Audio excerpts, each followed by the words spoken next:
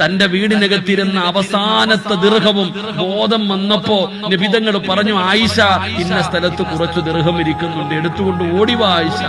ആയിഷ ബീബി റളിയല്ലാഹു തആല ദിർഹം കൊണ്ടു കൊടുത്തപ്പോ നബിതങ്ങൾ കരഞ്ഞടോ. തന്റെ കയ്യിൽ വെച്ചിട്ട് റസൂലുള്ളാഹി സ്വല്ലല്ലാഹു അലൈഹി വസല്ലം തങ്ങൾ കരയുകയാ. എന്തേ നബിയെ കരയുന്നത്? ഇതെന്റെ വീടിനകത്തിരിക്കുന്ന സമയത്താണ് എന്റെ കണ്ണടയുന്നെങ്കിൽ ഞാൻ അള്ളാഹിനോട് എന്തു പറയൂ ആയിഷ? നീ എത്രയും പെട്ടെന്ന് പാപങ്ങൾ കൊണ്ടുകൊടു. തന്റെ വീടിനകത്തിരുന്ന അവസാനത്തെ ദിർഹവും പാപങ്ങൾക്ക് കൊടുത്ത നബിതങ്ങൾ.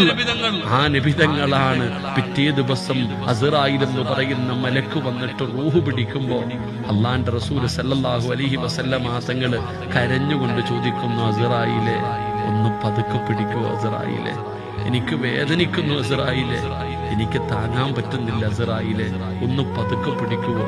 അസ്റായിൽ എന്ന് പറയുന്ന മലക്ക് കരഞ്ഞുകൊണ്ട് പറയുകയാ, ഇതിനേക്കാളും മയമായി